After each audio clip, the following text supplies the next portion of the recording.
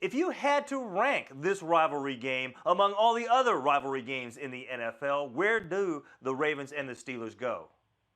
I would put them over the big picture of the last dozen years. I'd put them number one in the last dozen years.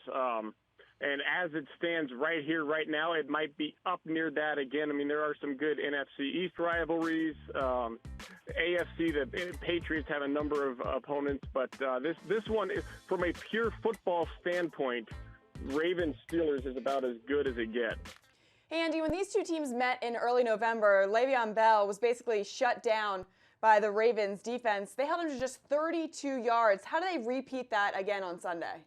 Well, it's a tremendous run defense there in Baltimore, and it has not played up to its level of expectation the last 2 weeks, and especially last week against Philadelphia. There was the first time all year that I've seen a zone running team really just gouge the Ravens. Even Dallas didn't gouge them the way Philly did at times. So that's just a bounce back thing. There's no tactical issues. I don't think guys are wearing down or anything. Sometimes you have a bad game. I would expect they'll be difficult to run against in this one. The guy that nobody talks about, there's actually two of them, and it's their defensive tackles. Brandon Williams, who I think is as good as any D tackle in the NFL, and then Michael Pierce, who is a run-clogging, undrafted rookie defensive tackle. And that's rare to see an undrafted rookie defensive tackle step in and play at a high level in the NFL. It's a hard position to transition to. Those two guys are extremely difficult to move in the run game.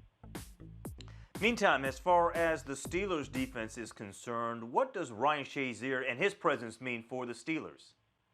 Well, Shazier is as electrifying, as explosive, and twitchy as any linebacker in the NFL, and he jumps off the film every single time you put it on. He is a dynamic player, and they use him in a lot of different ways. It's a dimensional scheme, multi-dimensional scheme. Shazier is a blitzer for them at times. He can also cover, which is a plus because Lawrence Timmons, at this stage of his career, he's still okay, but he's not quite the cover guy he was. So Shazier allows Timmons to be the blitzer, and Shazier can be the cover guy. There's a lot of options in the middle of that Steelers defense. He's by far their most important defensive player. So how do you expect this game to be won? This game will be one. I think it's a running game, and I wouldn't have guessed that at the front of the year. I think Baltimore's really tried to force feed a passing offense into their approach, and it hasn't worked. And the better they run the ball, the more they run the ball, the more efficient they seem to be.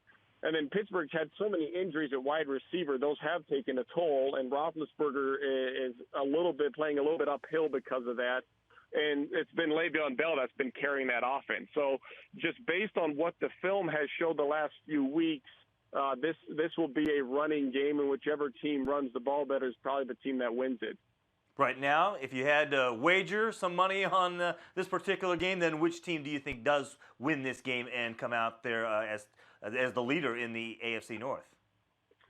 I'd probably wager on Pittsburgh, I suppose. They can do zone runs inside and gap scheme runs, which means they have pull blockers to the outside, and Le'Veon Bell is tremendous in both of them. And so the nice thing about an approach like that, and then they run with a lot of tight ends on the field as well. So they have a multifaceted rushing attack, and if something's not working, which tends to happen against just really good, stingy run defenses like Baltimore, they have other things they can try. They're not a one-dimensional running team by any means. So I guess I would go Pittsburgh if I had to choose.